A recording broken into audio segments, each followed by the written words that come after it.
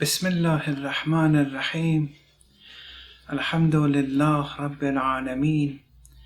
Wa sallallahu ala Muhammad wa alihi tahirin. Where we left off in the last session, we mentioned that Islam is pure Tawheed.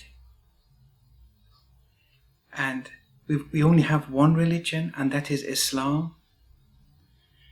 But Muhammadan Islam is the maximum Tawheed. 100% Tawheed is manifested.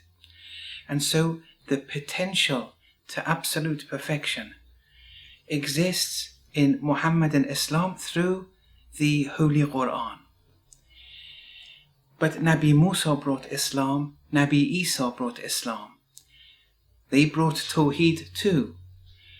But the degree that their Tawheed manifested compared to the Quran, for example, I'm just giving numbers to facilitate what I want to say. So for example, if we say Nabi Musa, the Islam which is manifested, there is, for example, 60% compared to the Islam of the Holy Quran. Or that of Nabi Isa, the Islam he gave is 80% compared to the Islam of the Holy Messenger. Here, the protocols and the books given by the prophets, they vary in the degree of perfection. The level of Tawheed varies.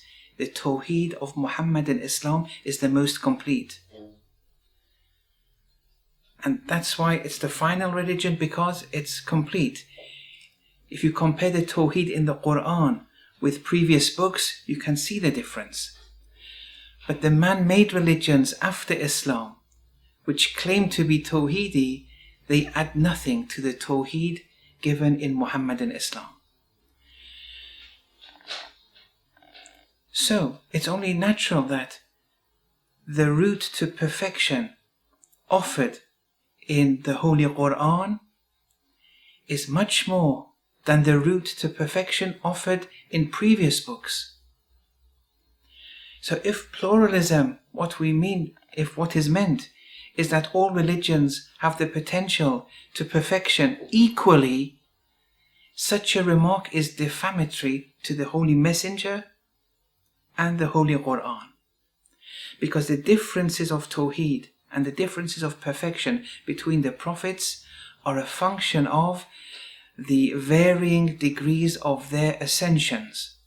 And that of the Holy Messenger was the highest, and the Holy Quran, which is the most complete protocol, was in accordance with such a prophet. So let's say the Islam of Nabi Musa, if it's 60% perfection, the undistorted Islam of Nabi Musa, that is their potential for Tawheed. Now let's say that 60% has been distorted, because their books have been distorted, and make 60% 30%. It still has 30% of perfection. And if someone from the Islam of Nabi Musa, if they were to act upon that 30%, they would have acquired 30% perfection.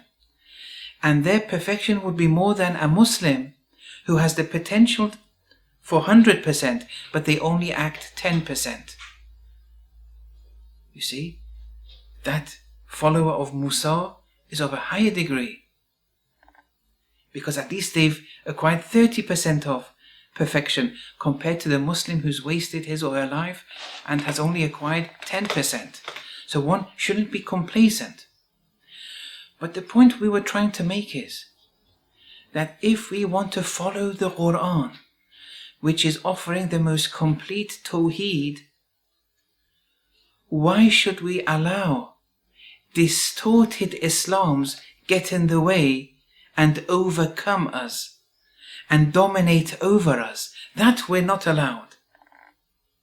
That's why we can't submit to non-Islamic guardianship.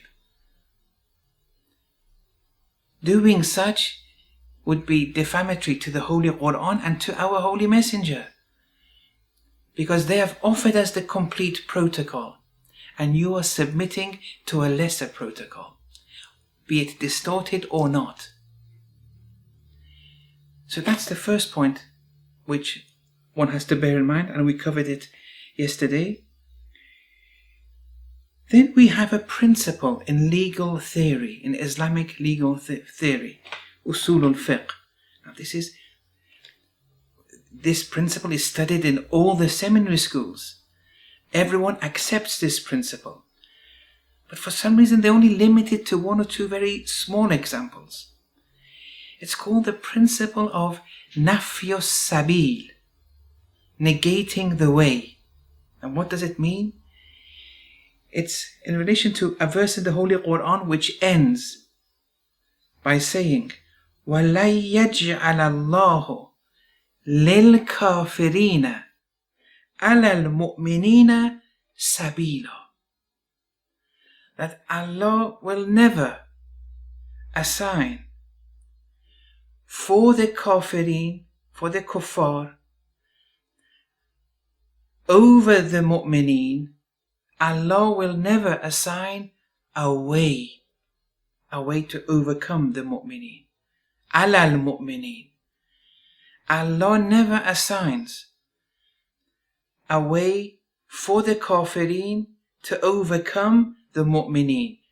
It doesn't exist. Now, to explain this, I've given a summary from the books of legal theory, and I want to just read this part. It says, this verse is referring to a fact, and the prescription is derived from this Quranic fact and reality. The verse is saying that within Allah's legislation and jurisdiction of do's and don'ts, nothing has been assigned which leads to the actualization of the governance and sovereignty of non-Muslims over Muslims. Allah is all-wise, and all that emanates from Him, legislation-wise, is all-wise. He, the Almighty, would not assign a law that enables non-Muslims ways or non-Muslim guardianship to overcome Muslims. Allah would never assign such a law.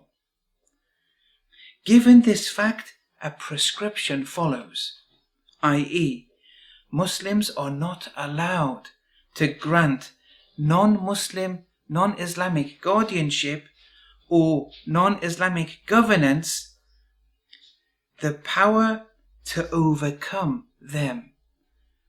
They're not allowed to grant non-Islamic guardianship so that it overpowers or overcomes Muslims. Any form of non-Muslim penetration and governance throughout Muslim communities in all domains, economic, cultural, military, political, etc., must be shut off by Muslims, because Allah's given His promise. With my protocol, Allah is saying, there's no way that non-Muslims, non-Islamic guardianship, the kuffar, can overcome you. Allah is saying this. It will never happen. So when it's happening, you're doing something wrong. When it's happening, the Muslim communities are failing. Look, this is something which all the seminary asatid and teachers, they explain this in the subject of usul al-fiqh. Okay, they give examples such as that this rationale is one of the wisdoms why a Muslim sister can't marry a non-Muslim. Okay, they can't marry a non-Muslim brother, a non-Muslim man. And the reason is this, because of this principle of nafyus sabil, because you're granting, with such a marriage, you're granting that non-Muslim power and governance over a Muslim. That's not allowed. And so if it's happening, something is going wrong. It has to be amended. So it must be shut off by Muslims. This is a universal prescription with which one must apply when constructing one's lifestyle. When you want to make an Islamic lifestyle, this has to be always borne in mind. One's lifestyle and plans and future for oneself, family and society. So that's a summary of this principle. It applies to why Muslim sisters should not marry non-Muslim men. However, on a more grand scale, on a more international level, Muslims are not allowed to live somewhere where they are overcome, predominated by kuffar law.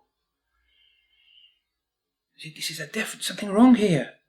And that's why migration is one solution. Now someone may say, well, migration is if I can't practice Islam here. But here in England, I can practice Islam very freely. I'm okay. So why should I migrate? This was explained. This wajtanibu Taghout is part of Islam. It's not something outside Islam. Islam is just not whether gelatin is halal or haram, or you want to pray and you fast. Is that it? That's only part of the picture. U'budillah wajtanibu Taghout. The Taghuti side has to be seen. When you are under non-Islamic guardianship, it's belittling. Because there are things you are doing which goes against this principle of the Holy Quran. When this shouldn't be the case. So why should we let it be the case? So that verse is something which the scholars have extracted a principle. And this principle we can treat as a prescription when we want to construct our Islamic lifestyle. Now, let's go to the next theme, which this is all flowing from one after the other. In one holy verse of the Holy Quran, it reads, Ya ayyuhal rasul, balligh ma unzila ilayka min rabbik. That propagate that which has been revealed to you from your Lord. Now this was given at the end of the 23-year mission of the Holy Messenger. This has to be borne in mind. This is given towards the end. And it's in relation to successorship.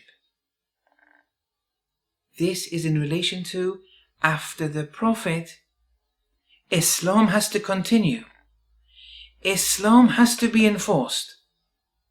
And the Prophet here, and this verse was revealed during the Hajj season, and all the commentators of the Quran in this verse, they all accept this. But what is it that the Holy Messenger, who has been instructed to propagate something, and it's towards the end of the mission, and it's so important that وَإِن لَمْ تَفْعَلْ, if you don't do it, فَمَا بَلَغْتَ رِسَالَتَهُ, you wouldn't have sent the message. The message would be deficient. You see? And this is when the successorship of Amirul Mu'mineen was declared. Although it was declared before too. But this was a final proof. But the verse is saying, if you don't do it, Islam is going to be deficient. You wouldn't have conveyed the message. What is the message? It's not about ghusl and salat and wudu. That's all been done. This is towards the end of the mission. This is highlighting that after the Prophet, Islam continues. And Islam has to be enforced. And here the Holy Messenger is assigning the successorship to Amirul Mu'mineen alayhi salam. And this we have traditions that Amirul Mu'mineen was the successor.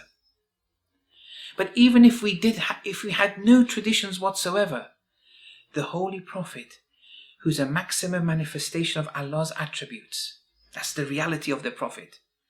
The successor also has to be a maximum manifestation of Allah's attributes, a manifestation of the divine attributes of perfection.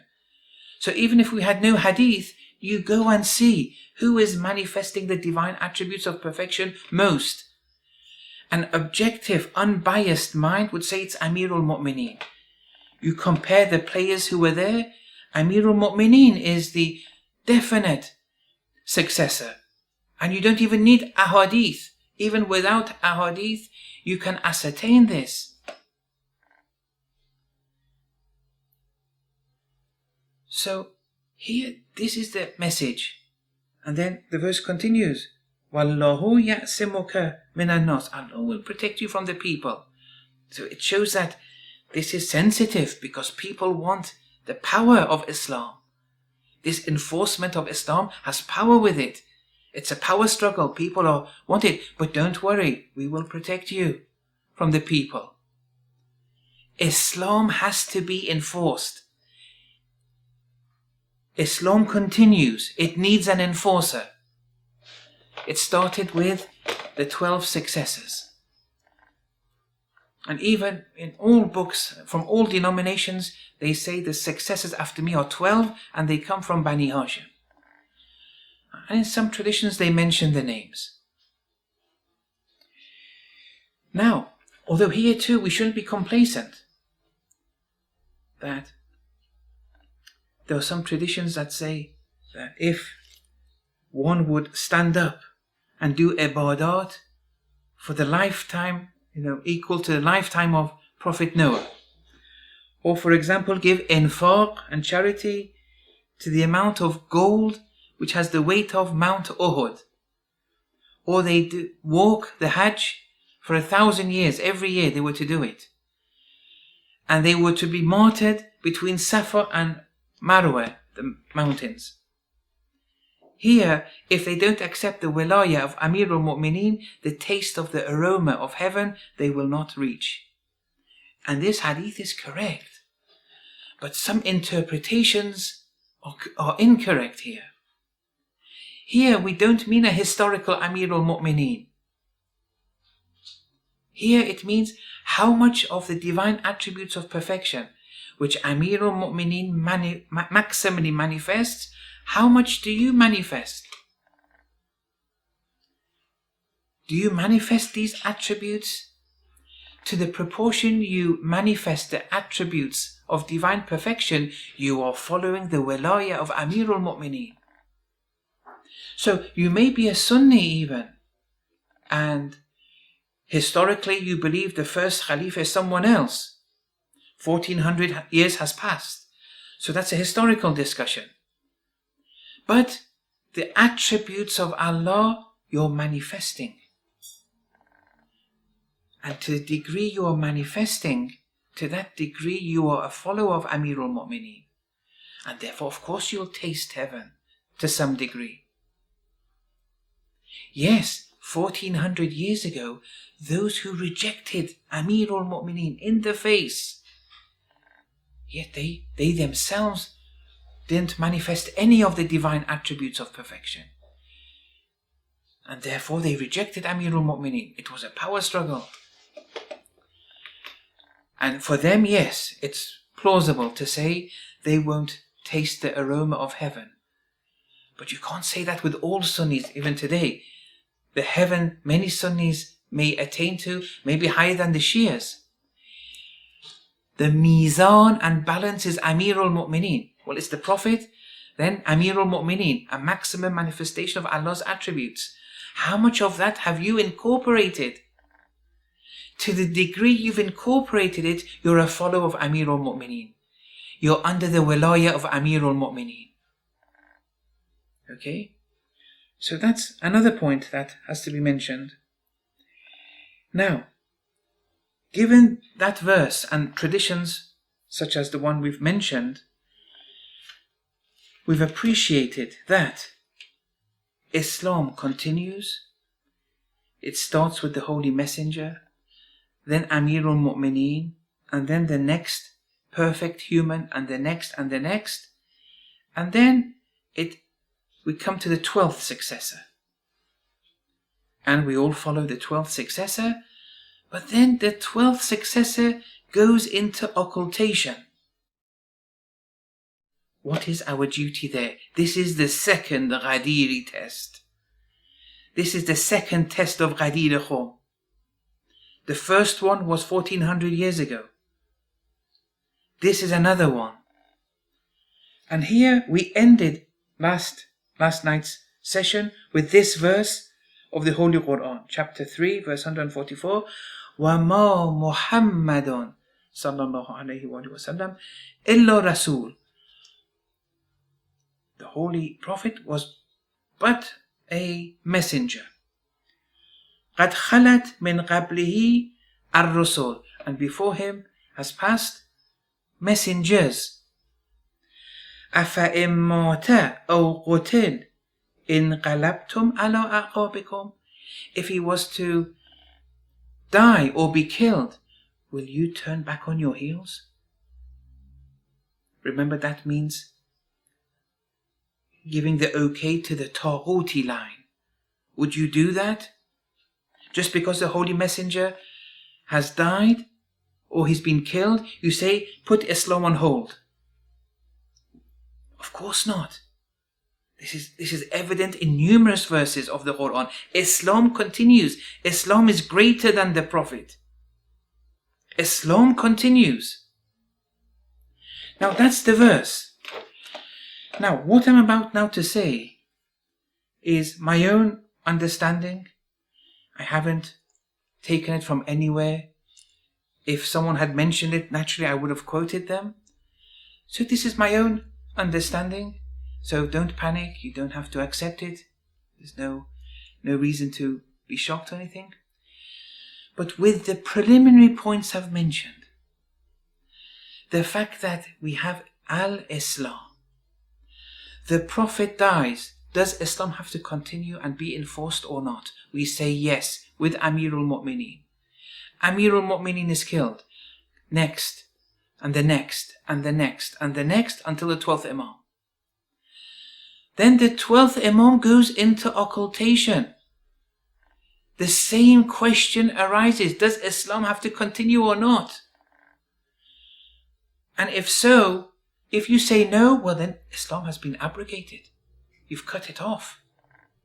Whereas we say Islam is a religion of eternal religion to the end of time. If you say yes, well, who are you going to get it from? The Boris Johnsons or other people? The Bin Salmans or from just people? Where are you going to get it from? So, with this verse, the next two propositions I'm going to read they're not verses of the Holy Quran, but one can extrapolate it from the Holy Quran. So, this is not a verse of the Holy Quran, it's an extrapolation. So, وَمَا مَهْدِيٌّ إِلَّا إِمَامٌ. The Mahdi, the 12th successor of the Holy Messenger, is nothing but an Imam. قَدْ خَلَتْ مِنْ قَبْلِهِ الْأَئِمَّةِ. And before him has passed other Imams. أَفَإِنْ غَابَ. If he was to go into occultation, which he has gone into, إِنْ قَلَبْتُمْ عَلَىٰ أَعْقَابِكُمْ. Will you turn back on your heels? Would you go the Taghouti way? This was explained last night. Of course you can't. Because Islam still continues. The Rasul was the last Rasul. The Imam is the last Imam, successor to the Holy Messenger. He's gone into occultation. What are you going to do now? Here, you go to the Fuqaha. You go to the jurists, and the most learned of them. Now, it may be one person, it may be a group of them, that's another discussion. But you get it from the wali of the amr. We call it the wali amr. It may paraphrase, it means Islamic leadership. But the matter lies now with the wali of the time. We don't have any Rasul now. We don't have an imam, the technical definition. But wali we have. Wali are those who are disciples of Allah. They manifest Allah's attributes. And so now we can do another extrapolation. Who is the wali of our times? Now, here I'm mentioning Imam Khomeini as the wali of the times, because you have to go through a particular protocol, and it's a qualification, a group of people, the most learned ones, who have a mandate. They have to choose. The legitimacy of the wali has to be ascertained and acknowledged by a group of mujtahids who know what it means to be a wali. Now, it can be a wali faqih, wali am, these can be used interchangeably. But it means Islamic leadership. You don't want to go elsewhere to get your Islam from. That in itself is belittling.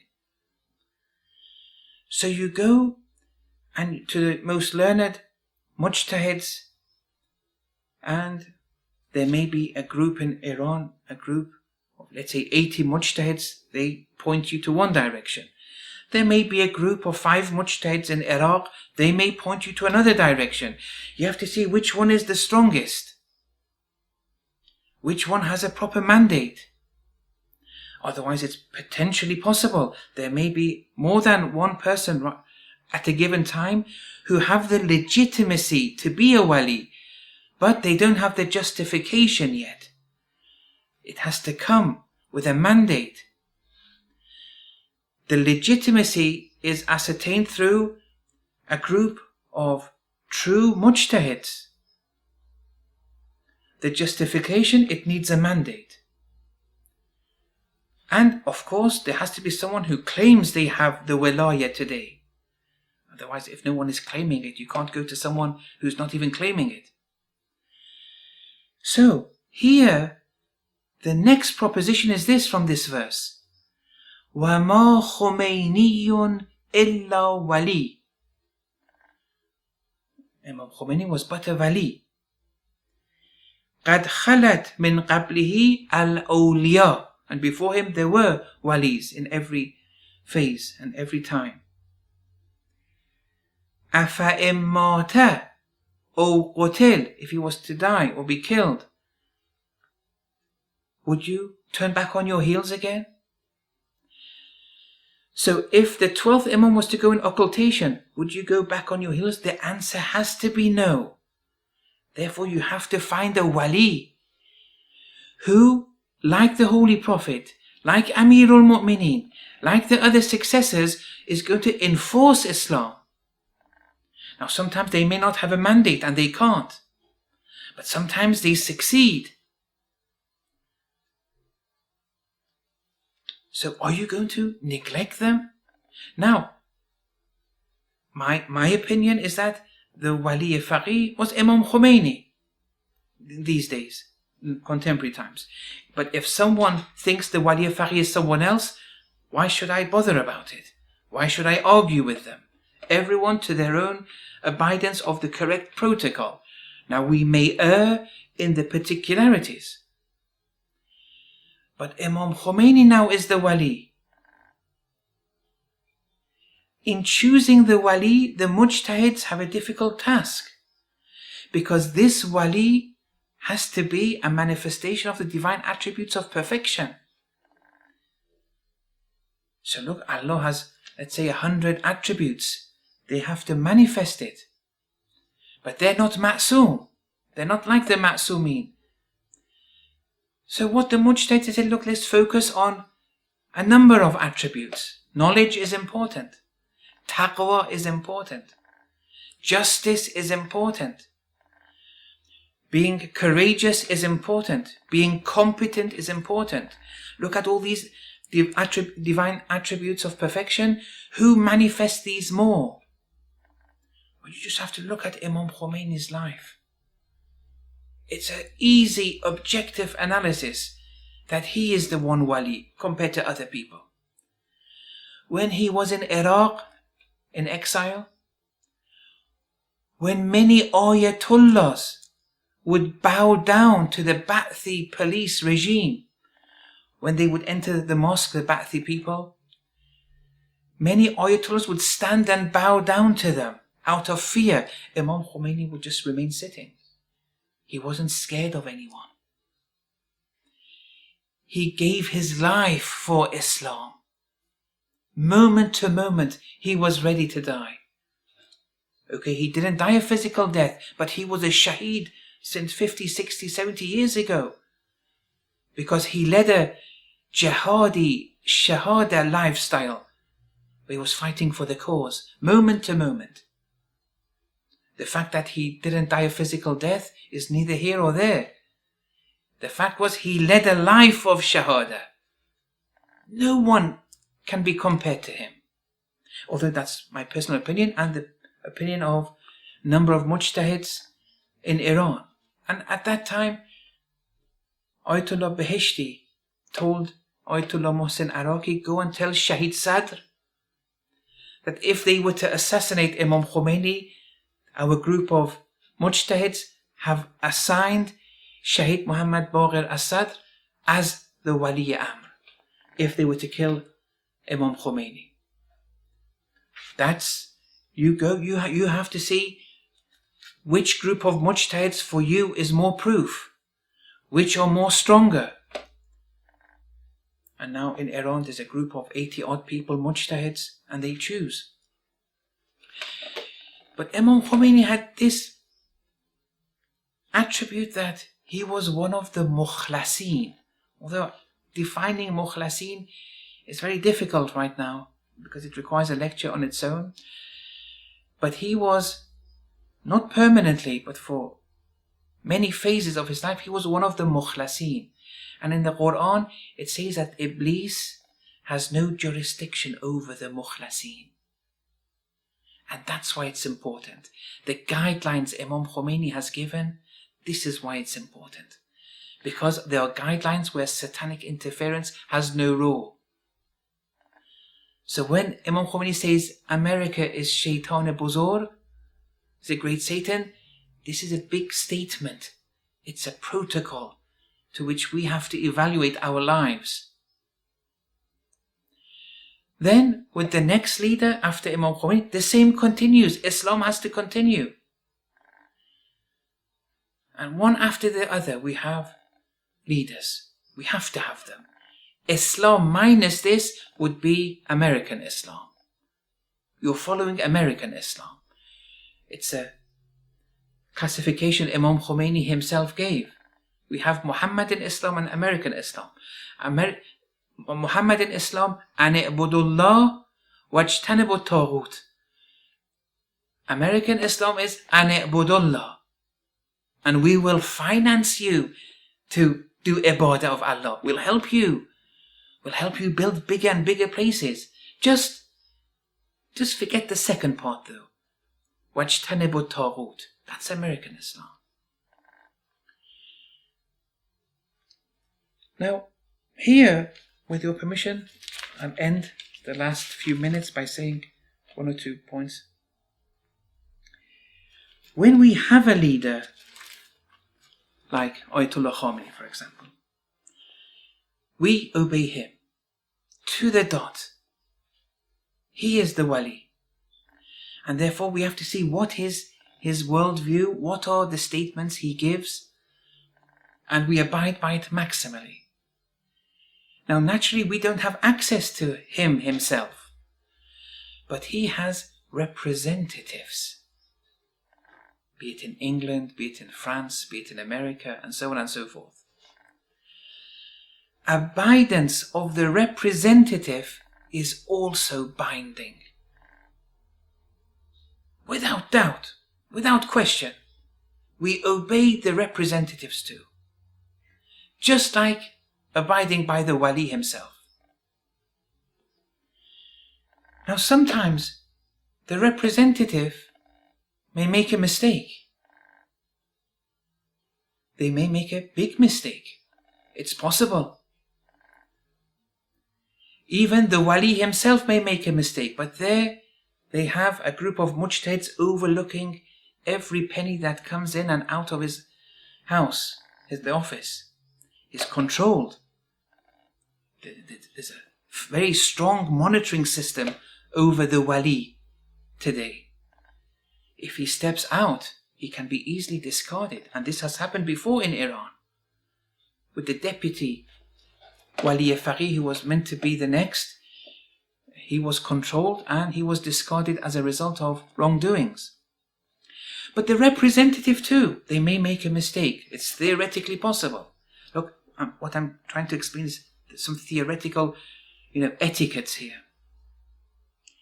We obey the representative. Those things which don't look right, like with the processions I was explaining. But when he gives the green light, we silence ourselves and we say, we will also follow you. Sometimes, and because they're working the best interests and we have to give them the benefit of the doubt. They're more able than us. They're more involved. They have the bigger picture. So we shouldn't, be hesitant. When they do things, we have to always go with them. Sometimes, though, the error caused by the representative can be drastically significant. Even there, we silence ourselves. We don't go against the representative even, because that will compromise the office of the actual leader. It looks bad. It's a form of disrespect. Look, they've done something wrong, and it's significant. But even there, on the outside, we respect them. But we then write a letter or notify the leader's office of what's happening. But we shouldn't go and retaliate against the representative and make the office of the leader look bad. This can be very damaging. Rather, we remain quiet and have that respect, but notify the office of the significant wrongdoings, and then they will take the next step. That's the correct order. In the imposed war against Iran, recently a book has come out where the walkie-talkie conversations between the shuhada, they've made a transcript of it. It's a very good read. One of the shuhada, by the name of Shahid Ibrahim Himmat, and he was born after 6 months. It was a very quick delivery, like Imam Hussein, and the mother's prayer was, "Oh Allah, give me a son who comes like Imam Hussein and leaves the world like Imam Hussein."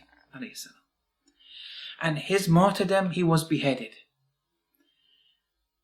And the story is I don't have time to explain it, but it's a very important story. With true khulus, he had true sincerity. And he only wanted to please and exercise his duty and please the Imam of the time, Imam Khomeini at that time. In one of the dialogues, he's saying to his senior, Rahim Safawi, who's also a very noble man. I once had the pleasure to sit. I wasn't speaking with him, but we were in the same assembly, and he was always saying, "Ya Sahib al-Amr, Ya Sahib al-Amr." He was always recalling the 12th Imam. There was a difference of opinion between the two of them. Now they're talking on the walkie-talkie. He's in the battlefield. One of them is outside the battlefield. But Himmat is in the battlefield. He said, "No, we shouldn't do plan A. Let's do this plan, another plan." Rahim Safawi said, "No, you stick with plan A. We have to continue."